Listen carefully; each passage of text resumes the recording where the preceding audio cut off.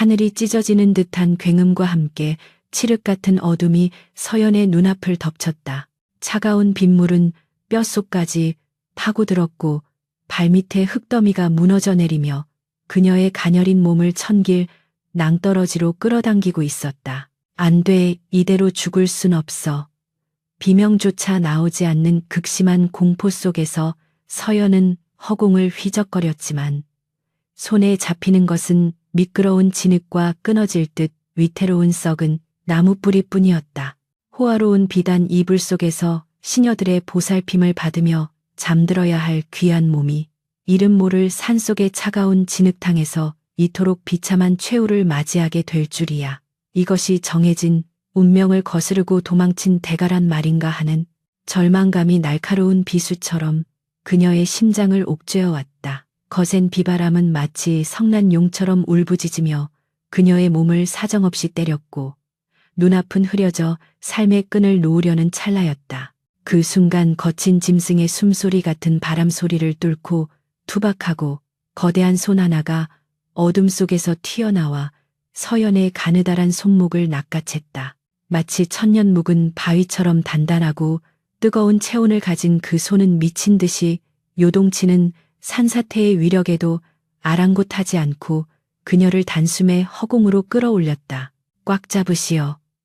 놓치면 황천길이여. 귓가를 때리는 뇌성병력보다 더 웅장하고 깊은 사내의 목소리가 빗소리에 섞여 들려왔고 서연은 생존 본능에 따라 그 사내의 젖은 팔뚝에 매달리며 생과 사의 경계에서 가쁜 숨을 몰아쉬었다.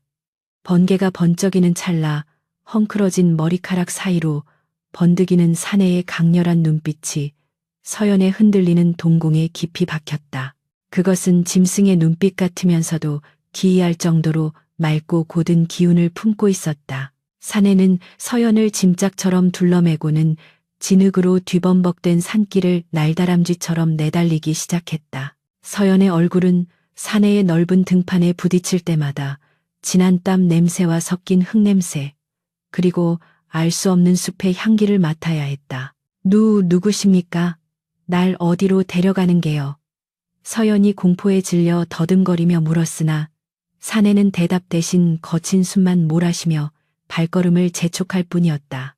쏟아지는 폭우 속에서 그녀는 자신이 지금 산적에게 납치되는 것인지 아니면 구원을 받는 것인지조차 분간할 수 없었다. 다만 확실한 것은 자신이 입고 있는 이 허름한 무명 저고리가 빗물에 젖어 살깔에 달라붙을 때마다 불과 반나절 전까지만 해도 입고 있었던 화려한 비단옷의 감촉이 사무치게 그리워진다는 사실뿐이었다. 한참을 내달린 끝에 사내가 멈춰선 곳은 거대한 바위 아래 위태롭게 지어진 낡은 초가집 앞이었다. 다 쓰러져가는 살인무는 비바람에 덜컹거리고 있었고 처마 밑에는 빗물이 줄줄 새고 있어 도저히 사람이 산다고 믿기 힘든 몰골이었다. 사내는 서연을 팻마루에 거칠게 내려놓으며 젖은 머리카락을 쓸어 넘겼다. 들어가시오. 비가 그칠 때까지는 꼼짝없이 갇혀 있어야 할 테니.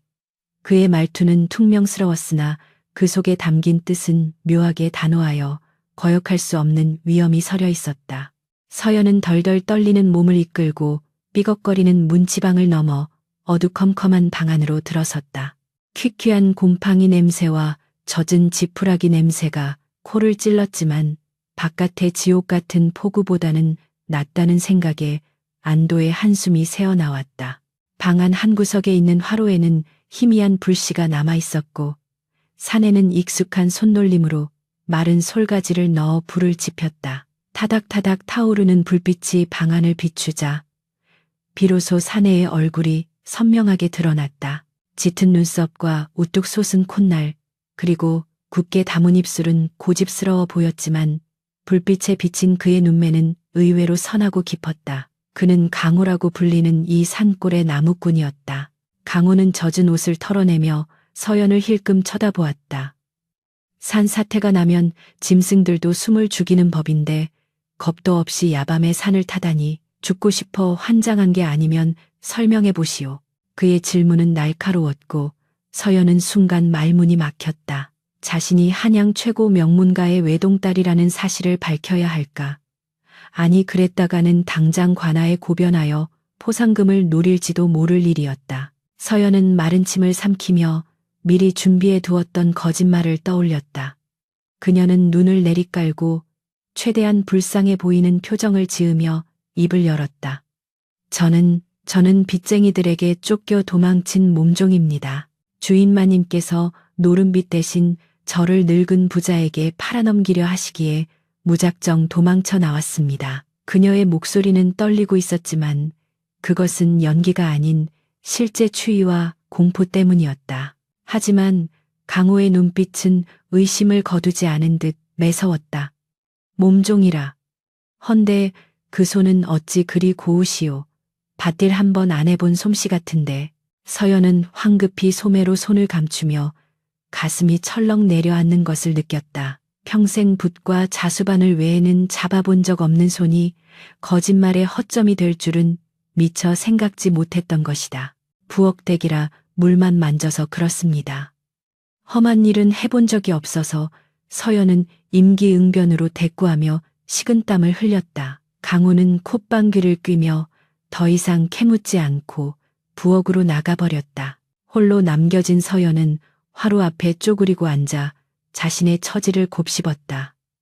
불과 어제까지만 해도 그녀는 아버지 서대감의 자랑이자 가문의 희망이었다. 하지만 아버지가 가문의 영달을 위해 탐욕스럽기로 소문난 이 판서의 아들과 혼인을 결정했을 때 서연의 세상은 무너져 내렸다. 권력의 도구로 팔려가느니 차라리 죽는 게 낫다고 생각했던 그녀는 자신의 몸종인 개똥이와 옷을 바꿔 입고 담을 넘는 일생일대의 모험을 감행했던 것이다. 부엌에서 달그락거리는 소리가 들리더니 구수한 냄새가 문틈으로 스며들어왔다. 하루 종일 물 한 모금 마시지 못한 서연의 배에서 꼬르륵 소리가 요란하게 울렸다.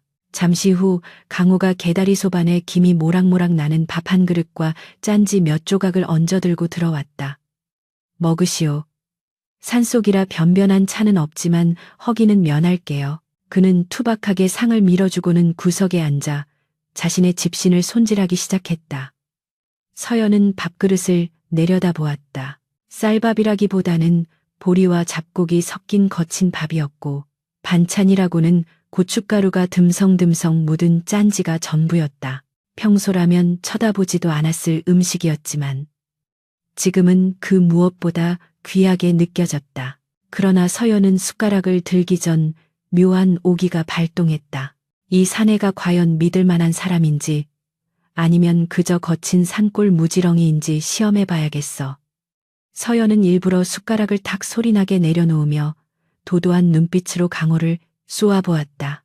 이런 개밥 같은 걸 어찌 사람더러 먹으라는 게요. 내가 비록 도망친 몸종 신세지만 주인 댁에서는 이런 밥상은 받아본 적이 없소.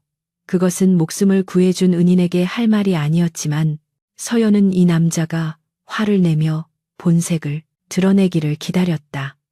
만약 그가 욕설을 퍼붓거나 주먹을 휘두른다면 밤을 틈타 다시 도망칠 작정이었다. 강호는 집신을 꼬던 손을 멈추고 천천히 고개를 들어 서연을 바라보았다. 방 안에는 숨막히는 정적이 흘렀고 타오르는 장작불 소리만이 긴장감을 더했다. 하지만 강호의 입에서 나온 말은 서연의 예상을 완전히 빗나갔다. 그는 화를 내기는커녕 오히려 씁쓸한 미소를 지으며 나지막이 말했다. 귀한 댁에서 자란 모양이구려. 내 형편이 넉넉지 못해 귀한 손님 입맛에 맞지 않는 밥상을 내어 미안하오. 허나 이 산중에서는 이것이 내게 남은 전 재산이요. 드시기 싫다면 억지로 권하지는 않겠소. 그의 목소리에는 비굴함이 없었고 오히려 당당한 기품마저 느껴졌다. 서연은 얼굴이 화끈거려 쥐구멍이라도 찾고 싶은 심정이 되었다. 전 재산을 내어준 사람에게 모욕을 주었다는 자책감이 밀려왔지만 자존심 때문에 사과조차 쉽게 나오지 않았다. 그녀는 묵묵히 숟가락을 다시 들어 밥을 한술 떴다. 거칠고 까끌까끌한 보리밥이 목구멍을 넘어갈 때 그녀는 생전 처음 느껴보는 묘한 감정에 휩싸였다. 강호는 서연이 밥을 먹는 모습을 곁눈질로 확인하고는 다시 집신 꼬는 일에 열중했다. 그의 투박한 손마디는 쉴 새 없이 움직였고 그 모습은 마치 수행하는 수도승처럼 경건해 보이기까지 했다. 서연은 밥을 씹으며 생각에 잠겼다. 이 산의 겉모습은 산적 같으나 속은 양반보다 더 깊은 우물을 품고 있구나. 창밖의 빗줄기는 여전히 거세게 몰아치고 있었지만 오두막 안은 이상하리만치 평온했다. 식사를 마친 서연이 숭늉을 마시고 나자 강호는 윗목에 깔아둔 낡은 요를 가리켰다. 거기서 눈을 좀 붙이시오. 나는 밖에서 망을 볼 테니 짐승 걱정은 말고. 그는 쏟아지는 빗속으로 다시 나갈 채비를 하고 있었다. 밖은 비가 억수같이 쏟아지는데 어딜 간단 말이오. 서연이 놀라서 물었다. 방 하나가 전부인 좁은 오두막에서 외간 남자와 단둘이 밤을 보내는 것이 두려웠던 것은 사실이나 그렇다고 생명의 은인을 빗속으로 내몰 만큼 그녀가 매정하지는 않았다. 강호는 삿갓을 눌렀으며 무심하게 대답했다. 남녀가 유별한데 어찌 한 방을 쓰겠소. 헛간이 있으니 걱정 마시오. 그는 뒤도 돌아보지 않고 문을 열고 나갔다. 찬바람이 훅 들어오며 문이 닫히자 서연은 텅 빈 방 안에 홀로 남겨졌다. 따뜻한 아랫목을 차지하고 앉아 있으면서도 그녀의 마음은 편치 않았다. 비바람 소리에 섞여 들려오는 강호의 기침 소리가 그녀의 양심을 쿡쿡 찔러대고 있었기 때문이었다. 밤이 깊어갈수록 서연의 잠은 달아났다. 그녀는 문틈으로 밖을 내다보았다. 헛간 처마 밑에 쪼그리고 앉아 비를 피하고 있는 강호의 실루엣이 번개칠 때마다 희미하게 보였다. 그는 추위에 몸을 떨면서도 시선은 오두막 문을 향해 고정하고 있었다. 혹시 모를 짐승이나 위험으로부터 자신을 지키기 위함이리라. 서연은 가슴 한구석이 찡해오는 것을 느꼈다. 한양의 고관대작 자제들은 비단 옷을 입고 입으로만 인의의 질을 논했으나 이 천한 나무꾼은 행동으로 사람의 도리를 다하고 있었다. 내가 사람을 잘못 보지 않았어. 아니, 오히려 내가 그보다 못한 사람이었구나. 서연은 무릎에 얼굴을 파묻고 흐르는 눈물을 닦아냈다. 날이 밝아오자 비는 거짓말처럼 그쳤다. 산새 소리가 요란하게 아침을 깨웠고 서연은 부스스한 모습으로 일어났다. 방문을 열자 맑게 개나늘 아래 강호가 마당에서 장작을 패고 있었다. 일어났소. 간밤에 별고는 없었는지. 그는 상쾌한 얼굴로 인사를 건넸지만 젖은 옷은 채 마르지 않아 김이 올라오고 있었고 입술은 파랗게 질려 있었다. 서연은 미안함과 고마움이 뒤섞인 눈빛으로 그를 바라보았다. 이제 선택의 시간이 다가왔다. 산 아래로 내려가면 다시 끔찍한 정약 결혼의 굴레로 끌려 들어갈 것이다. 하지만 이곳에 남는다면 신분을 숨긴 채 이 거친 사내와 함께 가난과 고생을 감내해야 한다.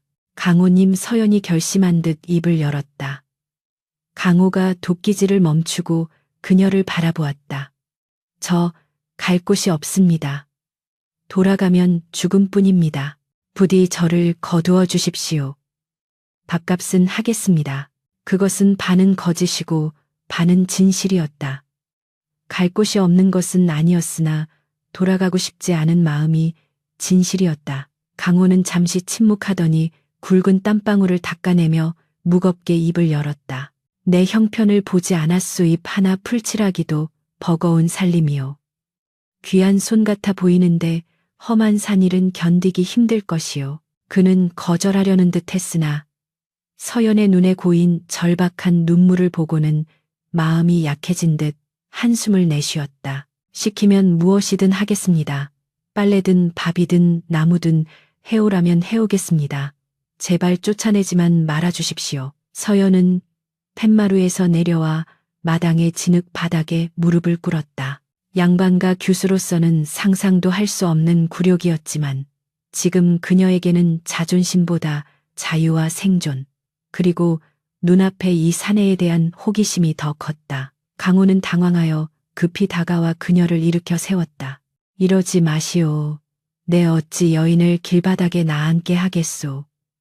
그의 투박한 손이 다시 한번 서연의 팔을 잡았다. 그 온기는 지난밤 폭우 속에서 느꼈던 그 생명의 온기 그대로였다. 그때 산 아래쪽에서 요란한 말발굽 소리와 사람들의 웅성거리는 소리가 들려왔다. 강호의 표정이 순식간에 굳어졌다. 관군이요. 혹시 낭자를 찾는 이들이 아니요. 그의 예리한 질문에 서연의 심장이 덜컥 내려앉았다. 벌써 추격대가 들이닥친 것인가.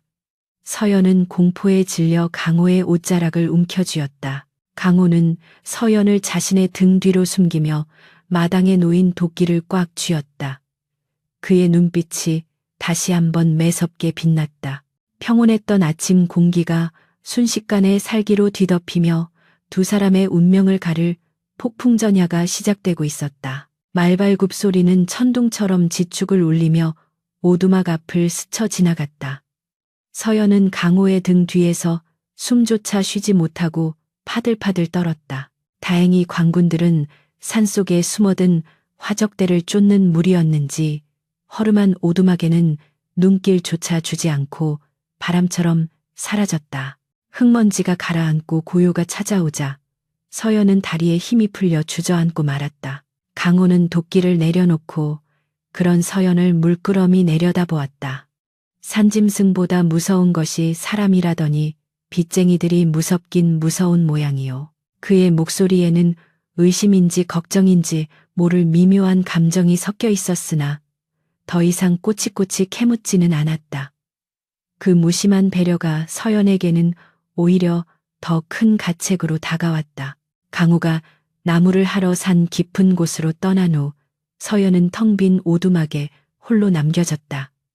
그녀는 멍하니 앉아 있을 수만은 없다고 생각했다. 밥값은 하겠다고 큰 소리쳤으니 무엇이라도 보여주어야 했다. 그녀는 소매를 걷어붙이고 부엌으로 들어갔다. 하지만 평생 손에 물 한 방울 묻히지 않고 살아온 양반과 규수에게 부엌은 낯설고 험난한 전장이었다. 아궁이에 불을 지피려 부싯돌을 쳤으나 불꽃은커녕 매캐한 연기만 피어올라 눈물 콧물을 쏙 뺏고 쌀을 씻으려다 물 조절을 잘못해 귀한 쌀알을 바닥에 쏟기 일쑤였다. 우물가에서 물동이를 이고 오다가는 돌부리에 걸려 넘어져 무릎이 깨지고 치마가 흙투성이가 되었다. 해질녘 강호가 지게 한가득 객감을 싣고 돌아왔을 때 그를 맞이한 것은 난장판이 된 부엌과 숯덩이처럼 새까맣게 타버린 밤냄새였다. 서연은 쥐구멍이라도 찾고 싶은 심정으로 고개를 숙인 채 서 있었다. 밥상은커녕 부엌을 엉망으로 만들어 놓았으니 이제 꼼짝없이 쫓겨나리라 생각했다. 죄송합니다. 불 조절이 이리 어려운 줄 몰랐습니다. 그녀의 목소리는 기어들어 갈 듯 작았다. 강호는 지게를 내려놓고 말없이 부엌을 둘러보았다. 바닥에 흩어진 쌀알 깨진 물동이 조각 그리고 연기에 그을려 꼬질꼬질해진 서연의 얼굴. 보통의 사내라면 불호령을 내리며 밥주걱을 휘둘렀을 상황이었다.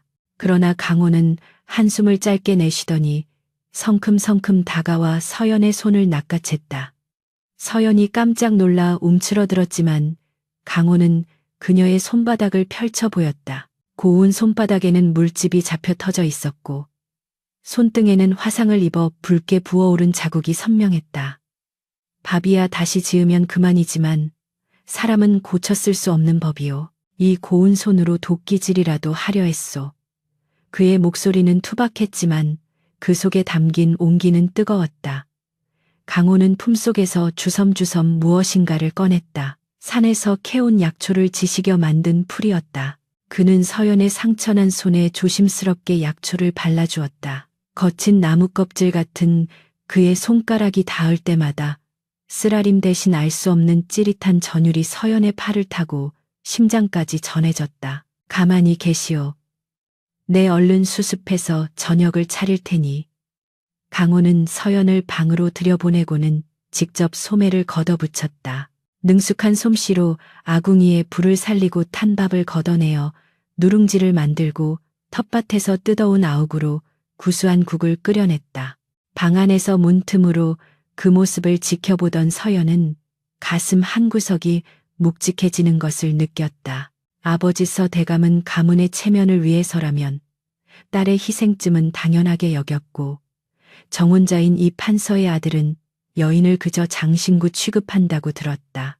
헌데 천하디 천한 신분이라는 이 나무꾼은 어찌 이리도 귀한 마음을 가졌단 말인가. 서연의 마음속에서 견고했던 신분의 벽이 서서히 허물어지고 있었다. 저녁상이 들어오자 서연은 짐짓 헛기침을 하며 다시 한번 그를 시험해 보기로 했다. 이번에는 감동에 젖은 마음을 숨기기 위한 방어기제이기도 했다. 흥산의 대장부가 부엌이나 드나들고 꼴이 우습습니다. 이러니 밖에서 큰일을 도모하지 못하고 산속에 파묻혀 사는 게 아니오. 뼈 있는 독설이었지만 강호는 덤덤하게 숟가락을 들었다. 배고픈 데는 장사 없고 밥 짓는 데는 귀천이 없는 법이오. 낭자도 배가 많이 고플 테니 어서 드시오. 오늘은 특별히 산토끼를 잡아 탕을 좀 끓였소. 밥상 위에는 평소와 달리 기름기가 도는 고깃국이 놓여 있었다. 서연은 목이 메어 국물을 넘기기가 힘들었다.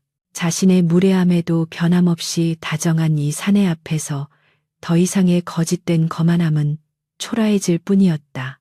다음 날 강호는 장터에 나무를 내다 팔기 위해 산을 내려갔다. 마을 어귀 장터는 평소보다 소란스러웠다. 곳곳에 방이 붙어 있었고 포졸들이 오가는 사람들의 얼굴을 유심히 살피고 있었다. 강호는 짐짓 태연한 척 나무지게를 내려놓고 방 앞으로 다가갔다.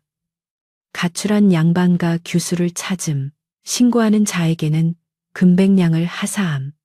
방에는 고운 선으로 그려진 여인의 초상화가 그려져 있었다. 비록 그림이었지만 그 눈매와 오뚝한 콧날은 집에 두고 온 서연과 놀랍도록 닮아 있었다. 강호의 심장이 쿵하고 내려앉았다. 몸종이라더니 역시 보통 내기가 아니었구나. 주변에서는 웅성거리는 소리가 들려왔다. 서 대감댁 외동딸이라지 혼사를 앞두고 야반도주를 했다나 봐. 금백냥이면 평생 놀고 먹을 돈인데 어디 숨었는지 알기만 하면 내 팔자가 필 텐데 말이야.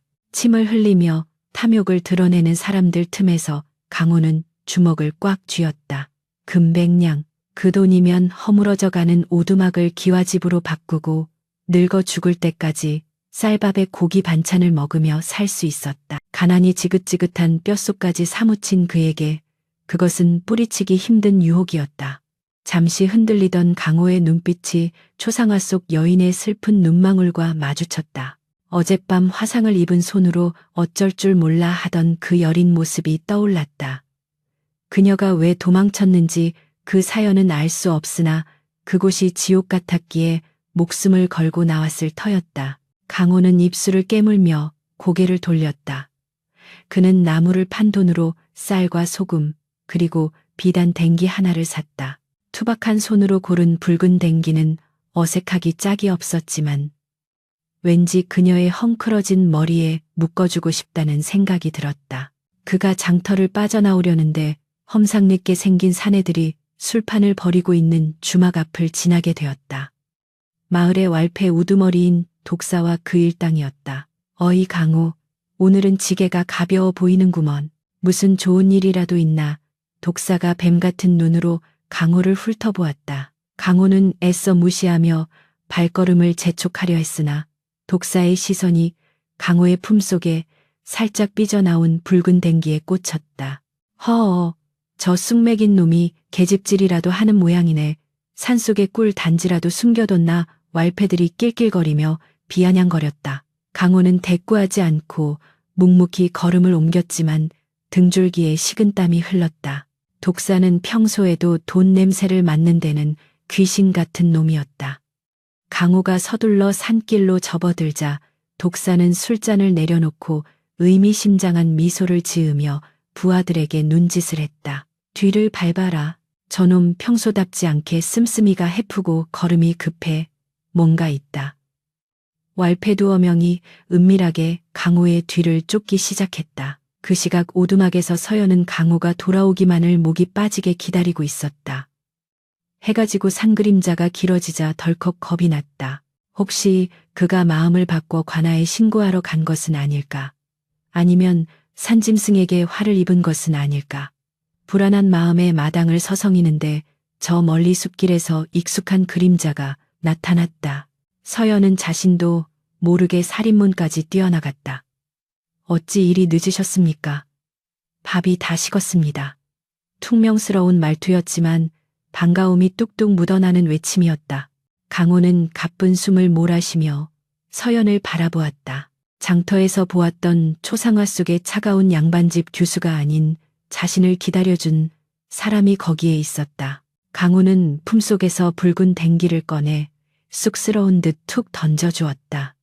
오다 주었소. 머리카락이 귀신 산발 같아서 보기 흉해 사온 거니 오해 마시오. 서연은 얼떨결에 댕기를 받아들었다. 거친 무명천이 아닌 매끄러운 비단이었다. 그가 하루 종일 나무를 해본 돈을 몽땅 털어야 살 수 있는 귀한 물건임을 서연은 단번에 알 수 있었다. 가슴속에서 뜨거운 것이 울컥 치솟았다. 서연은 댕기를 꼭 쥐고 강호를 올려다보았다. 이런 귀한 것을 어찌 저에게.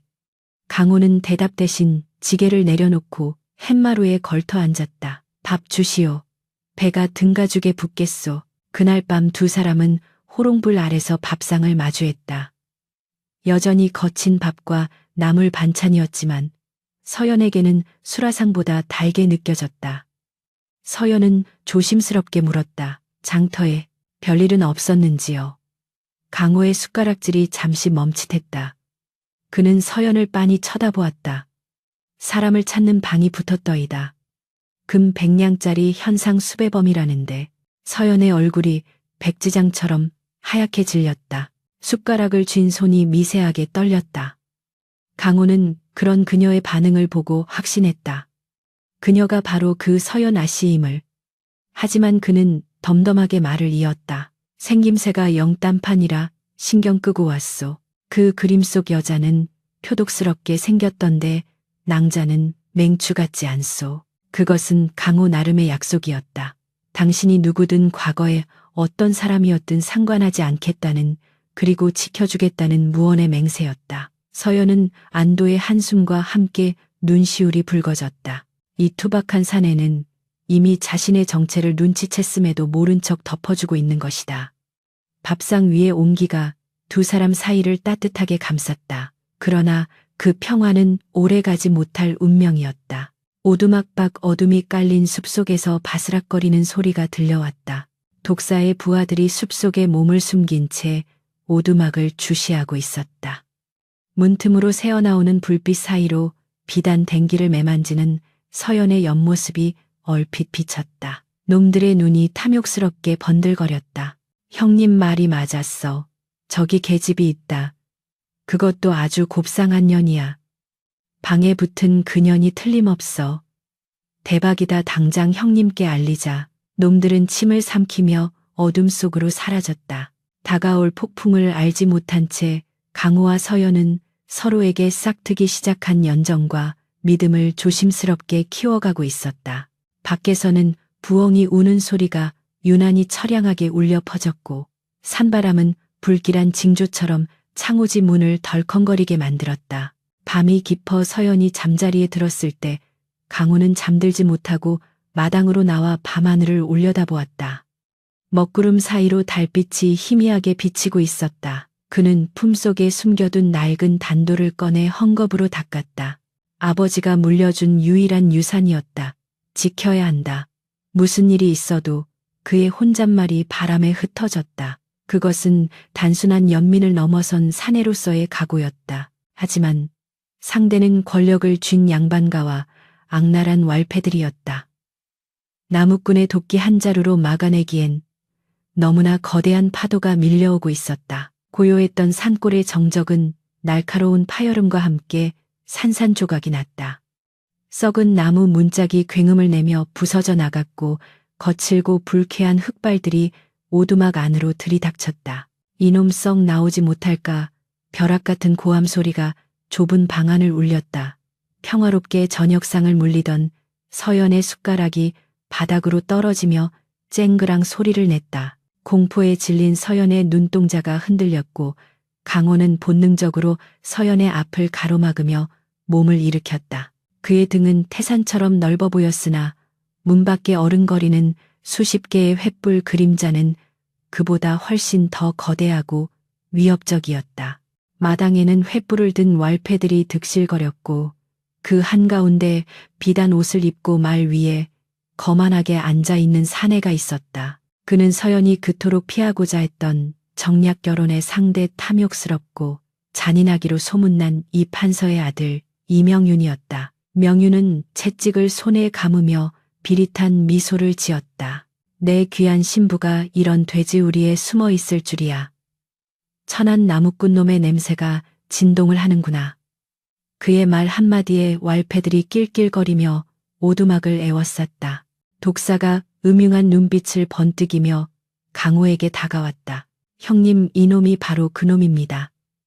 감히 양반집 규수를 유괴하여 겁탈하려 한 파렴치한 놈이지요. 강호는 주먹을 불끈 쥐며 마당으로 걸어 나갔다.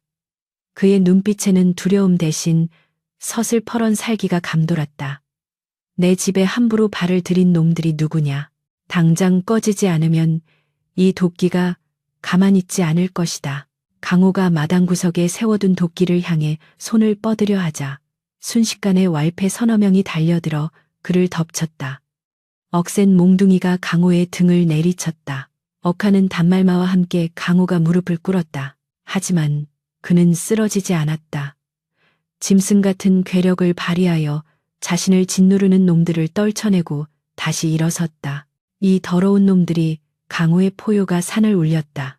그는 맨주먹으로 달려드는 왈패의 턱을 날리고 발길질로 또 다른 놈의 명치를 걷어찼다. 좁은 마당은 순식간에 아수라장이 되었다.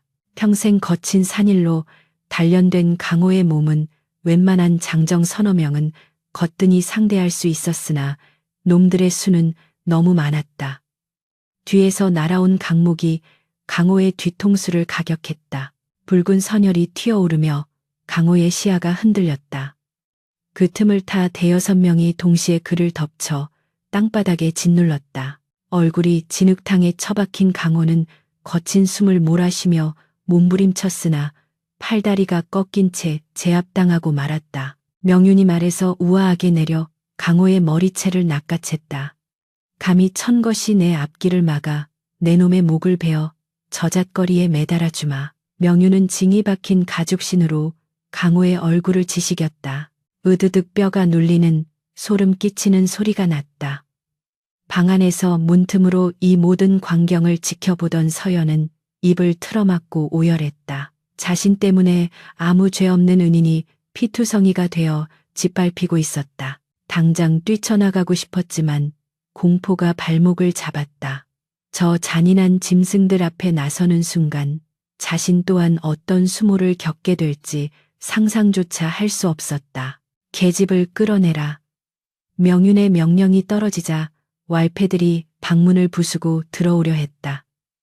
그때였다. 바닥에 짓눌려 꼼짝도 못하던 강호가 초인적인 힘을 발휘하여 놈들의 다리를 걸어 넘어뜨리고는 엉금엉금 기어 방문 앞을 가로막았다. 피범벅이 된 얼굴로 그는 이를 악물고 소리쳤다. 안 된다. 내 눈에 흙이 들어가기 전엔 손끝 하나 댈 수 없다. 그의 목소리는 갈라지고 피 끓는 소리가 섞여 있었지만 그 기백만은 맹호와 같았다. 그는 온몸으로 문지방을 막아서며 쏟아지는 매질을 고스란히 받아냈다. 몽둥이가 그의 등과 어깨를 내리칠 때마다 둔탁한 타격음이 울려 퍼졌지만 그는 신음소리 한 번 내지 않고 버텼다. 오직 등 뒤에 있는 여인을 지키겠다는 일념 하나로 인간의 한계를 넘어서고 있었다. 독한 놈. 죽여라. 그냥 때려 죽여. 독사가 악을 쓰며 몽둥이를 휘둘렀다. 강호의 의식이 가물가물해져 갔다. 흐려지는 시야 속에서도 그는 문고리를 잡은 손을 놓지 않았다. 지켜야 한다. 낭자는 내가 지킨다. 그의 머릿속에는 지난 며칠간 서연과 함께했던 소소한 추억들이 주마등처럼 스쳐 지나갔다. 서툰 솜씨로 밥을 태우고 당황하던 모습, 붉은 댕기를 받고 수줍어하던 얼굴 자신을 보며 흘리던 따뜻한 눈물. 비록 짧은 시간이었지만 강호에게 서연은 지옥 같은 삶 속에 찾아온 유일한 봄볕이었다. 그 빛을 지키기 위해서라면 이깟 목숨 하나 버리는 것은 아깝지 않았다. 방 안에 서연은 강호의 등에서 흘러내린 피가 문지방을 넘어 방바닥으로 스며드는 것을 보았다. 붉은 피가 그녀의 하얀 버선 코를 적셨다. 그 순간 서연의 머릿속에서 무언가가 끊어지는 소리가 났다. 두려움이라는 족쇄가 산산이 부서졌다. 지금까지 그녀는 자신의 안위만을 걱정하며 강호의 희생 뒤에 숨어 있었다. 양반이라는 허울 좋은 껍데기를 쓰고 있었지만 정작 비천하다 여겼던 나무꾼보다 비겁하고 초라한 것은 바로 자신이었다. 저 사람은 목숨을 걸고 나를 지키는데 나는 무엇을 하고 있는가? 이것이 양반의 도리인가? 아니 이것이 사람의 도리인가? 서연은 눈물을 닦아냈다. 그녀의 눈빛이 싸늘하게 식으며 그 깊은 곳에서 서슬퍼런 기운이 타올랐다. 그녀는 떨리는 손으로 강호가 사준 붉은 댕기를 머리에 단단히 동여맸다. 그리고 숨을 깊게 들이마신 뒤 굳게 닫혀있던 방문을 활짝 열어젖혔다. 멈추거라. 청아하면서도 위험 있는 일갈이 소란스러운 마당을 갈랐다. 매질을 하던 왈패들의 손이 허공에서 멈췄다. 흙투성이가 된 강호의 등 뒤에서 걸어 나오는 서연의 모습은 비록 남루한 무명옷을 입고 있었으나 그 기품은 감히 범접할 수 없는 아우라를 뿜어내고 있었다. 그녀는 피투성이가 된 강호를 내려다보며 가슴이 미어지는 고통을 느꼈으나 겉으로는 내색하지 않고 차가운 눈으로 명윤을 쏘아보았다. 내 이놈들 감히 누구 안전이라고 행패를 부리느냐. 서연의 호통의 왈패들은 저도 모르게 주춤 뒤로 물러섰다. 명윤은 의외의 상황에 잠시 당황했으나 이내 비열한 웃음을 지으며 다가왔다. 오호라 드디어 나오셨군. 내 신부가 산속에서 천민 노릇을 하더니 눈빛이 아주 매서워졌어. 그는 서연의 턱을 잡으려 손을 뻗었다. 치워라. 그 더러운 손이 내 몸에 닿는 순간 내 놈의 가문은 멸문지화를 면치 못할 것이다. 서연이 명윤의 손을 매몰차게 쳐내며 소리쳤다. 그녀의 서슬에 명윤조차 움찔했다. 서연은 한치의 흐트러짐도 없이 똑바로 서서 말을 이었다. 나는 서대감댁의 여식이자 국법이 보호하는 사대부가의 여인이다. 비록 내가 잠시 출타 중이라 하나 내 허락 없이 내 몸에 손을 대는 것은 국법을 어기는 중죄여. 내 은인인 이 사람을 함부로 폭행한 것은 관아의 허락 없는 사적 제재이니 내 놈이 비록 판서의 아들이라 해도 무사할 줄 아느냐. 서연은 조목조목 국법과 예법을 들어 그들의 죄를 지적했다. 왈패들은 국법 멸문지화라는 말에 겁을 먹고 술렁거렸다. 양반들의 법도는 그들에게 있어 저승사자보다 무서운 것이었다. 명윤의 얼굴이 불그락 푸르락해졌다. 그는 말문이 막혀 씩씩거리다 억지를 부리기 시작했다. 네가 제정신이 아니구나. 가출한 주제에 어디서 큰 소리야. 네 아비가 널 잡아오라 시켰다. 저놈은 널 유괴한 도적놈이고 유괴라 하였느냐. 서연은 쓰러져 있는 강호에게 다가가 무릎을 꿇고 자신의 치마폭으로 그의 피 묻은 얼굴을 닦아주었다. 그리고 고개를 들어 명윤을 노려보았다. 이분은 산사태에 휩쓸려 죽어가던 나를 구해주신 생명의 은인이시다. 내가 제 발로 이 집에 들어왔고 내가 머물기를 청하였다. 만약 이분을 도적이라 칭한다면 나 또한 도적의 공범이니 나를 먼저 베어라. 서연은 자신의 목을 길게 빼어 명윤의 칼 앞에 들이밀었다. 그 당당하고 기계 넘치는 모습에 왈패들은 물론 명윤조차 기가 질렸다. 천한 몸종인 줄 알고 함부로 대하려던 놈들은 그녀가 진짜 아씨의 위엄을 드러내자 감히 어쩌지 못하고 눈치만 살폈다. 강호는 희미한 의식 속에서 서연의 모습을 올려다 보았다. 눈앞이 뿌옇게 흐려졌지만 그녀가 내뿜는 빛은 너무나 강렬했다. 저리도 강인한 분이셨던가. 그는 안도감과 함께 깊은 어둠 속으로 빠져들었다. 명윤은 자존심이 상해 칼을 뽑아들었다. 이 독한 년이 끝까지 반항을 해 그래 원한다면 내년도 베어주마. 죽여서라도 데려가면 그만이다. 이성을 잃은 명윤이 칼을 치켜든 순간 산 아래쪽에서 수십 개의 횃불과 함께 웅장한 나팔 소리가 울려 퍼졌다. 멈추어라서 대감 행차시다. 관군의 외침이 메아리쳤다. 명윤의 칼이 허공에서 멈췄다. 숲길을 헤치고 나타난 것은 화려한 가마와 수십 명의 무장한 관군, 그리고 서슬퍼런 표정에서 대감이었다. 서연의 아버지가 도착한 것이었다. 명윤은 당황하여 칼을 떨어뜨렸다.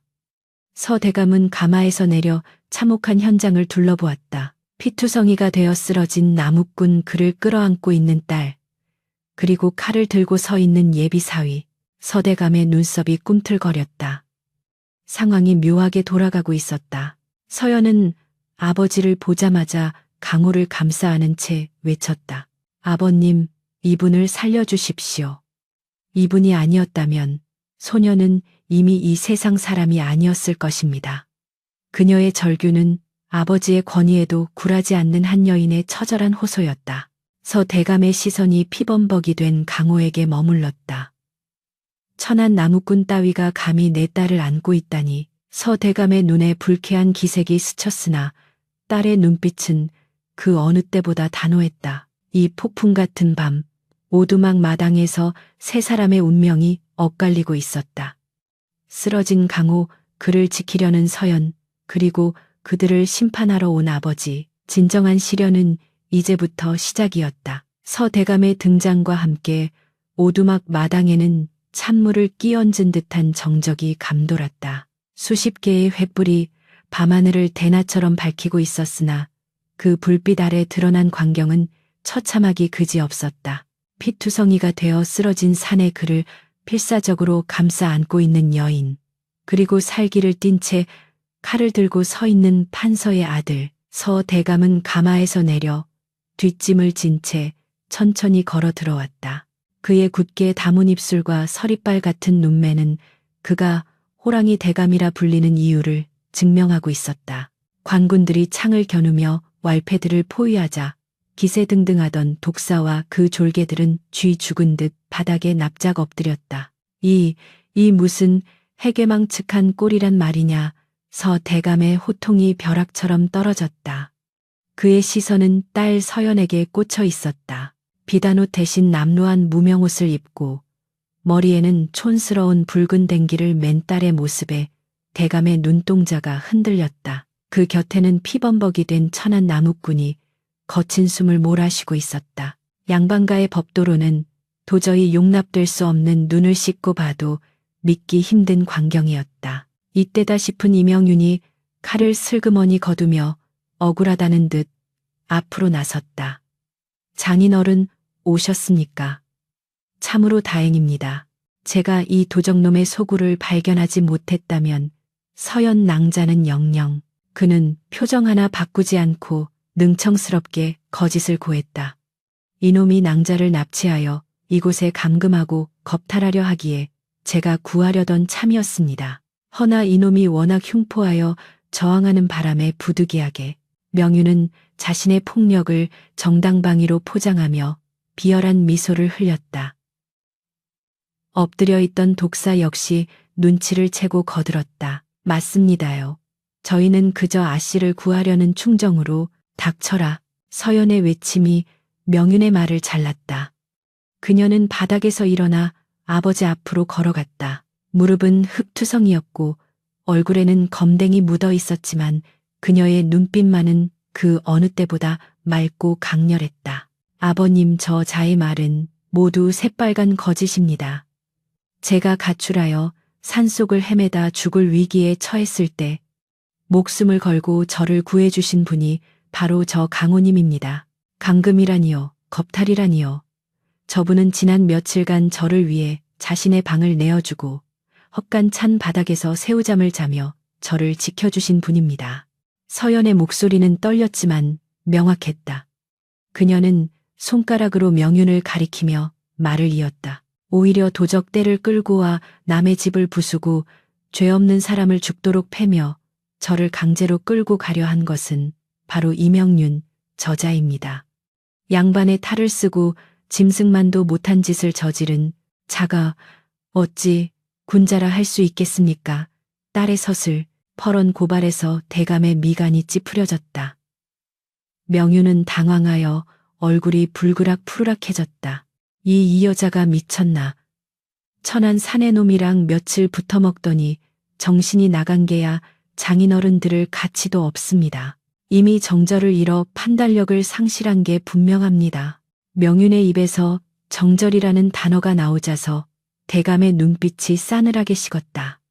그것은 사대부가에서 가장 예민하고 치명적인 영린이었다. 서 대감은 천천히 고개를 돌려 바닥에 쓰러져 있는 강호를 내려다보았다. 피투성이가 된 얼굴 찢어진 옷 사이로 보이는 멍 자국들. 겉모습은 영락없는 천민이었으나 그 눈빛만은 이상하리만치 흐트러짐이 없었다. 서 대감은 나직하고 무거운 목소리로 강호에게 물었다. 내 놈에게 묻겠다. 내 딸의 말이 사실이냐? 네가 정령 흑심을 품지 않고 내 딸을 거두었단 말이냐? 오두막 마당의 모든 시선이 강호에게 쏠렸다. 강호는 피가 고인 입안을 헹구어 뱉어내고는 비틀거리는 몸을 일으켜 세우려 했다. 관군들이 그를 제지하려 했으나 서대감이 손짓으로 막았다. 강호는 뼈가 부러지는 고통을 참아내며 힘겹게 몸을 일으켰다.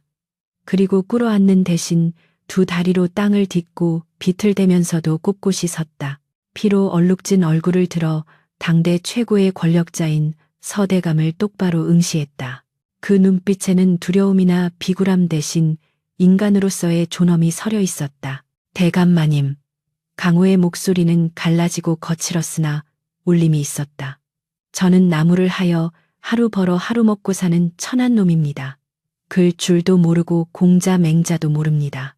허나 산짐승도 제 새끼를 보호하고 지나가던 개도 물에 빠진 사람을 보면 짖는 법입니다.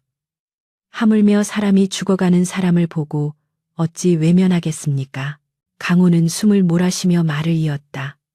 저는 낭자의 신분이 무엇인지 댁이 어디인지 묻지 않았습니다. 제 눈앞에 있었던 것은 대감댁 규수가 아니라 그저 비에 젖어 떨고 있는 가여운 한 생명이었습니다. 흑심이라 하셨습니까? 만약 배고픈 이에게 밥을 주고 추운 이에게 불을 떼어주며 위험에 처한 이를 지키려 제 몸을 던지는 것이 흑심이라면, 예, 저는 흑심을 품었습니다. 그리고 그 마음을 부끄러워하지 않을 것입니다. 그의 말은 투박했지만 진실의 무게가 실려 있었다.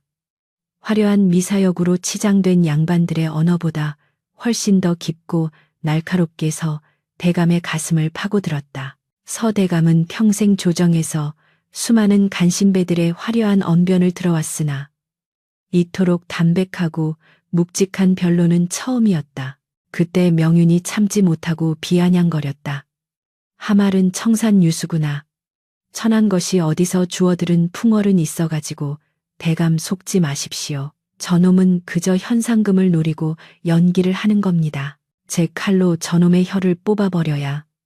명윤이 다시 칼을 뽑으려 하자서 대감이 버럭 소리를 질렀다. 그 칼 거두지 못할까? 서대감의 분노는 강호가 아닌 명윤을 향하고 있었다. 자네는 명색이 사대부가의 자제로서 부끄러움도 모르는가? 자네의 약혼녀가 사경을 헤매다 살아 돌아왔네. 헌데 자네의 입에서는 걱정과 안도의 말 대신 정절이니 더럽혀졌다느니 하는 추잡한 의심과 죽여서라도 데려가겠다는 폭언만이 나오는구먼. 그것이 자네가 배운 성현의 도리인가? 명윤은 서대감의 예상치 못한 질책에 얼어붙었다. 아니. 장인어른, 저는 가문의 명예를 생각하여 명예에서 대감이 코웃음을 쳤다. 사람의 목숨보다 귀한 명예가 어디 있단 말인가. 내 딸을 살린 은인을 도적이라 모함하고 힘없는 백성을 사적인 무력으로 짓밟는 것이 자네 가문의 명예란 말인가. 내 오늘 자네의 바닥을 똑똑히 보았네. 서대감의 눈빛은 경멸로 가득 차 있었다. 그는 관군 대장에게 손짓했다. 이자들을 당장 포박하여 관하로 압송하라. 사사로 이 민가를 습격하고 양민을 폭행한 죄, 그리고 내 딸을 겁박한 죄를 엄히 물을 것이다. 대대감, 이건 오해입니다. 아버님께 말씀드리면. 명륜이 발악했으나 관군들은 가차없이 그를 포박했다. 왈패들과 함께 줄줄이 굴비 엮이듯 끌려가는 명륜의 뒷모습은 처량하기 그지없었다. 마당은 순식간에 정리되었고 다시 고요가 찾아왔다. 서대감은 천천히 강호 앞으로 다가갔다. 강호는 이제 한계에 다다라 서 있는 것조차 버거워 보였다. 서대감은 강호의 눈을 깊이 들여다보았다. 이름이 무엇이냐? 강호라 합니다. 강호라. 넓은 세상이라는 뜻인가? 서대감은 고개를 끄덕였다. 내 말이 맞다. 너는 천한 나무꾼의 옷을 입고 있으나 그 기계와 마음 씀씀이는 비단 옷을 입은 짐승들보다 훨씬 고귀하구나. 내 딸이 사람 보는 눈이 틀리지 않았어. 서대감은 딸 서연을 돌아보았다. 서연은 감격에 겨워 눈물을 흘리고 있었다. 아버지가 그 완고하고 깐깐하던 아버지가 신분의 벽을 넘어 한 사람의 진심을 알아봐 준 것이다. 서대감은 헛기침을 하며 쑥스러운 듯 말했다. 뭐 하고 있느냐? 은인이 일이 다쳤는데 가마에 태워라. 의원에게 데려갈 것이다. 아버님, 서연이 울먹이며 아버지를 불렀다. 어서 서두르지 않고 상처가 깊어 보인다. 서대감은 짐짓 호통을 쳤지만 그 목소리에는 따뜻한 부정부칭이 묻어 있었다. 관군들이 조심스럽게 강호를 부축하여 가마 쪽으로 옮겼다. 강호는 정신을 잃어가면서도 시선을 돌려 서연을 찾았다. 서연이 달려와 그의 손을 잡았다. 고맙습니다. 정말 고맙습니다. 강호님. 그녀의 눈물방울이 강호의 손등에 떨어졌다. 그 따뜻한 감촉을 느끼며 강호는 비로소 긴장을 풀고 깊은 잠속으로 빠져들었다. 서대감은 허물어져가는 오두막을 잠시 바라보았다. 비바람을 막기엔 턱없이 부족해 보이는 그곳에서 두 젊은 남녀가 쌓아 올린 신의는 그 어떤 기와집보다 견고해 보였다. 그는 씁쓸한 미소를 지으며 중얼거렸다. 난세에 영웅이 난다더니 산골짜기에 군자가 숨어 있었구나. 달빛이 구름을 뚫고 나와 오두막을 비췄다. 피비린내와 폭력이 휩쓸고 간 자리에 이제야 비로소 평화로운 기운이 감돌기 시작했다. 하지만 모든 것이 끝난 것은 아니었다. 신분의 벽은 여전히 높았고 세상의 시선은 차가웠다. 서대감이 강호를 인정한 것은 그 개인의 됨됨이일 뿐 그를 사위로 받아들인다는 뜻은 아니었다. 강호가 깨어난 후 마주해야 할 현실은 어쩌면 몽둥이 찜질보다 더 가혹할지도 몰랐다. 그러나 지금 이 순간만큼은 진실이 거짓을 이기고 진심이 오만을 꺾은 위대한 승리의 밤이었다. 행렬이 산을 내려가기 시작했다. 서연은 가마 곁을 지키며 걸었다. 그녀의 머리에 메인 붉은 댕기가 달빛을 받아 붉게 빛났다. 그것은 두 사람의 인연을 이어주는 붉은 실처럼 어둠 속에서도 선명하게 길을 안내하고 있었다. 강호의 오두막은 다시 텅 비게 되었지만 그곳에 남겨진 이야기와 온기는 전설처럼 산자락에 스며들고 있었다. 눈을 떴을 때 강호의 코끝을 가장 먼저 자극한 것은 익숙한 곰팡내와 흙냄새가 아닌 머리를 맑게 하는 그윽한 약재 향과 은은한 난초 내음이었다. 무거운 눈꺼풀을 들어 올리자 화려한 자수가 놓인 비단 병풍과 윤기가 흐르는 자개장이 시야에 들어왔다. 자신이 죽어 저승의 궁궐에 온 것인가 하는 착각이 들 만큼 낯설고 호화로운 풍경이었다. 몸을 일으키려 하자 전신을 짓누르는 통증이 밀려왔지만 지난밤의 그 끔찍했던 고통에 비하면 한결 견딜만했다. 깨어나셨습니까? 옥굿을 굴러가듯 맑고 고운 목소리가 들려왔다. 고개를 돌리니 단아한 옥색 저고리를 입은 서연이 물수건을 든 채 걱정스런 눈빛으로 그를 내려다보고 있었다. 서연의 모습은 산속 오두막에서 보았던 그 억척스러운 몸종의 모습이 아니었다. 곱게 빗어올린 머리에 꽂힌 영롱한 비녀와 기품 있는 자태는 그녀가 영락없는 사대부가의 귀한 여식임을 증명하고 있었다. 강호는 황급히 이불을 걷어내고 바닥으로 내려와 엎드리려 했다. 소소인 같은 천한 놈이 감히 귀한 아씨의 침소에 죽여주십시오. 그러나 서연은 다급히 강호의 어깨를 잡아 제지했다. 이러지 마세요, 강호님. 제발 편히 누우세요. 이곳은 제 처소가 아니라 사랑채의 손님방입니다. 그리고 강호님은 제 생명의 은인이지 천한 죄인이 아닙니다. 그녀의 손길은 여전히 따뜻했고 눈빛에는 변함없는 신뢰와 애정이 담겨 있었다. 그때 방문이 열리면서 대감이 뒷짐을 진 채 들어왔다. 강호는 쏘스라치게 놀라 다시금 엎드려 절을 하려 했으나 대감은 손사래를 치며 그를 만류했다. 되었다. 몸도 성치 않은데 격식은 차리지 말게. 서대감은 강호의 머리맡에 앉아 잠시 침묵을 지켰다. 방 안에는 무거운 긴장감이 감돌았다. 강호는 마른 침을 삼키며 처분만을 기다렸다. 자신 같은 나무꾼이 대감의 딸과 엮였으니 쥐도 새도 모르게 처리되거나 먼 곳으로 귀양을 가게 될 것이라 짐작했다. 하지만 서대감의 입에서 나온 말은 강호의 귀를 의심케 했다.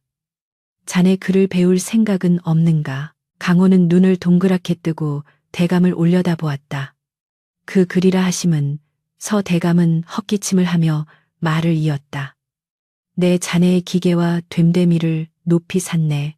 허나 내 딸의 배필이 되려면 나무하는 재주만으로는 부족하지 않겠나. 세상의 이치를 깨우치고 백성을 다스릴 학문이 필요하네. 강호의 심장이 터질 듯 요동쳤다. 배필이라니 감히 꿈도 꾸지 못할 단어였다. 대대감마님, 가당치 않습니다. 소인은 근본 없는 천출에 무식한 나무꾼일 뿐입니다. 어찌 감히 아씨를 강호가 손을 내저으며 사양하자서 대감은 정색을 하며 강호의 두 손을 덥석 잡았다. 아닐세. 자네는 내 딸이 목숨을 걸고 선택한 사람이야. 그리고 목숨을 걸고 내 딸을 지킨 유일한 사내일세. 가문이나 신분 따위는 껍데기에 불과하다는 것을 자네가 내게 가르쳐주지 않았나. 당대 최고의 권력자인서 대감이 천한 나무꾼의 손을 잡고 고개를 숙이는 순간이었다. 그것은 단순한 감사를 넘어선 한 인간에 대한 진심 어린 존중의 표시였다. 문 밖에서 이 모습을 훔쳐보던 하인들과 친척들은 경악을 금치 못했다. 콧대 높기로 유명한 서대감이 나무꾼에게 고개를 숙이다니. 이는 가문의 역사에 전무후무한 사건이었다. 그날 이후 강호의 인생은 송두리째 바뀌었다. 서대감의 전폭적인 지원 아래 강호는 도끼 대신 붓을 잡았다. 늦은 나이에 시작한 공부는 뼈를 깎는 고통과도 같았다. 하늘 천따지. 처음에는 글자 하나를 외우는데도 밤을 새워야 했고 붓을 쥔 손은 도끼를 잡을 때보다 더 심하게 떨렸다. 가문의 친척들은 뒤에서 수군거렸다. 나무꾼이 용포를 입는다고 왕이 되나 저러다 제풀에 지쳐 나가 떨어지겠지. 서대감이 노망이 들었지. 어찌 저런 무지렁이를 사위로 들인단 말인가. 비웃음과 멸시는 꼬리표처럼 따라다녔지만 강호는 흔들리지 않았다. 그에게는 자신을 믿어주는 서연이 있었기 때문이었다. 서연은 밤마다 강호의 서재를 찾아 촛불을 밝혀주고 모르는 글귀를 하나하나 짚어가며 가르쳐 주었다. 강호님, 이 글자는 참을 인자입니다. 칼날이 심장을 찌르는 고통을 참아낸다는 뜻이지요. 지금의 시련이 훗날 큰 뜻을 이루는 밑거름이 될 것입니다. 서연의 격려는 강호에게 천군만마와도 같았다. 강호는 이를 악물고 학문에 매진했다. 낮에는 경전을 읽고 밤에는 시를 지으며 그는 스펀지가 물을 빨아들이듯 지식을 흡수해 나갔다. 그의 투박했던 눈빛은 점차 깊어지고 지혜로워졌으며 거칠었던 말투는 정제되어 기품이 흘렀다. 세월은 유수와 같이 흘러 3년이라는 시간이 지났다. 마침내 과거 시험이 열리는 날 강호는 서연이 직접 지어준 도포를 입고 한양으로 향했다. 시험장에는 전국의 내로라 하는 인재들이 모여 있었지만 강호는 주눅 들지 않았다. 시제의 시대로 백성을 사랑하는 마음 아이민이 나오자 그는 자신이 겪었던 가난과 고통, 그리고 산속 오두막에서 느꼈던 사람의 따뜻한 정을 글에 녹여냈다. 화려한 미사여구 대신 진심이 담긴 그의 문장은 심사관들의 심금을 울렸고 마침내 임금의 눈길까지 사로잡았다. 장원급제여, 우렁찬 외침과 함께 강호의 이름이 불렸을 때 서대감 집안은 축제 분위기에 휩싸였다. 어사화를 머리에 꽂고 금에 환양하는 강호를 보기 위해 거리로 쏟아져 나온 사람들은 그가 과거의 그 나무꾼이라는 사실을 믿지 못했다. 한때 그를 비웃던 친척들은 얼굴이 붉어져 고개를 들지 못했고 그를 멸시했던 마을 사람들은 땅바닥에 엎드려 절을 올렸다. 강호는 말에서 내려 그들에게 다가갔다. 그리고 엎드린 노인들을 하나하나 일으켜 세우며 따뜻하게 손을 잡아주었다. 일어나십시오. 옷만 바뀌었을 뿐 저는 여전히 산에서 나무하던 강호입니다. 그의 겸손한 태도에 사람들은 감동의 눈물을 흘렸다. 강호는 홍문관 교리를 거쳐 지방의 현감으로 부임하게 되었다.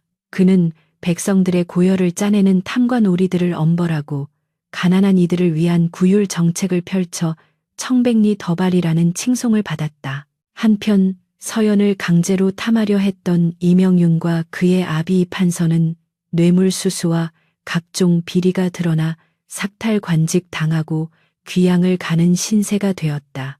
인과응보 사필귀정의 이치가 세상에 명백히 드러난 것이다. 어느 맑은 가을날 밤 강호와 서연은 관아의 뒤뜰 정자에 마주 앉았다. 둥근 보름달이 연못 위에 비치고 풀벌레 소리가 가을밤의 정취를 더했다. 강호는 술잔을 기울이며 서연을 그윽하게 바라보았다. 부인 기억나시오. 비바람 치던 그날 밤 밥상이 마음에 안 든다며 투정을 부리던 그 당돌한 몸종을 말이오. 서연이 얼굴을 붉히며 웃었다. 어찌 있겠습니까? 투박한 손으로 제 상처에 약을 발라주던 세상에서 가장 따뜻했던 나무꾼을요. 강호는 자리에서 일어나 난간에 기대어 달을 올려다보았다. 나는 그때 알았소. 사람의 귀천은 태어난 핏줄에 있는 것이 아니라 그 사람이 품은 마음에 있다는 것을. 부인이 나를 믿어주지 않았다면 나는 평생 도끼질이나 하며 산속에 묻혀 살았을 것이오. 나를 사람답게 만들어준 것은 바로 부인이오. 서연은 강호의 곁으로 다가와 그의 손을 잡았다. 두 사람의 손이 포개지며 따스한 온기가 전해졌다. 아닙니다, 서방님. 진흙 속에서도 빛나는 보석을 알아본 제 눈이 보배였을 뿐이지요. 서방님은 본래부터 귀한 분이셨습니다. 두 사람은 서로를 바라보며 깊은 미소를 지었다. 그들의 사랑과 신의는 온갖 시련과 편견을 이겨내고 마침내 아름다운 결실을 맺었다. 강호와 서연의 이야기는 입에서 입으로 전해져 신분의 벽이 견고했던 조선 팔도에 신선한 충격을 주었다. 사람들은 그들을 보며 깨달았다. 진정한 사랑은 조건을 따지지 않으며 진정한 명예는 권력이 아닌 덕망에서 나온다는 것을. 세월이 흘러 강호와 서연이 백발의 노인이 되었을 때도 그들은 틈만 나면 옛날 그 산속 오두막을 찾았다고 한다. 다 쓰러져가는 초가집 마루에 걸터 앉아 지나간 고난의 세월을 웃음으로 회상하는 두 사람의 모습은 한 폭의 그림과 같았다. 후세 사람들은 그 산을 군자산, 쥔즈산이라 불렀고 그들이 살았던 오두막 터에는 비석을 세워 다음과 같은 글귀를 남겼다. 비단 옷을 입었다고 귀인이 아니요 무명옷을 입었다고 천인이 아니다. 오직 맑은 마음과 굳은 의지만이 사람을 귀하게 만드나니. 여기 사랑으로 세상을 감동시킨 두 사람의 이야기를 영원히 기리노라. 강호와 서연의 행복한 웃음소리가 바람을 타고 산자락을 휘감으며 팍팍한 삶을 살아가는 수많은 이들의 가슴 속에 희망의 등불로 타오르고 있었다.